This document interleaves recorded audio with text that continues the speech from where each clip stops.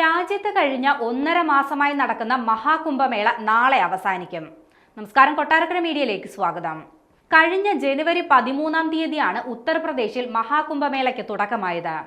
കോടിക്കണക്കിന് വിശ്വാസികൾ ഇതിനോടകം തന്നെ പുണ്യസ്നാനം നടത്തിയ കുംഭമേളയ്ക്ക് നാളെ സമാപനമാണ്. നാളെ മഹാശിവരാത്രി ദിവസത്തെ സ്നാനത്തോടെ മഹാകുംഭമേള സമാപിക്കും. കോടിക്കണക്കിന് ഭക്തരാണ് മഹാശിവരാത്രി ദിനത്തിൽ പ്രയാഗ്രാജിലേക്ക് എത്തുന്നത്.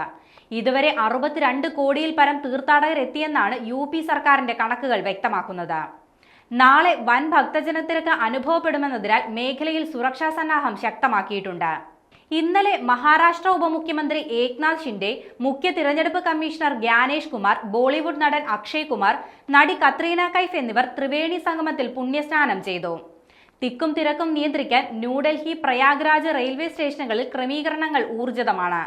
കുംഭമേളയ്ക്കിടയിലും ന്യൂഡൽഹി റെയിൽവേ സ്റ്റേഷനിലും തിക്കിലും തിരക്കിലും മരണങ്ങൾ ഉണ്ടായ സാഹചര്യത്തിലാണ് അതിജാഗ്രത പുലർത്തുന്നത്. ഇവിടങ്ങളിൽ മെഡിക്കൽ യൂണിറ്റുകൾ 24 മണിക്കൂറും സജ്ജമാണ്. ഇന്നലെ 15,000-ൽ പരം ശുചീകരണ തൊഴിലാളികൾ പങ്കെടുത്ത ശുചീകരണ യജ്ഞവും നടത്തി. 10 കിലോമീറ്ററോളമാണ് ശുചീകരണ യജ്ഞത്തിന്റെ ഭാഗമായി തൂത്ത് വൃത്തിയാക്കിയത്.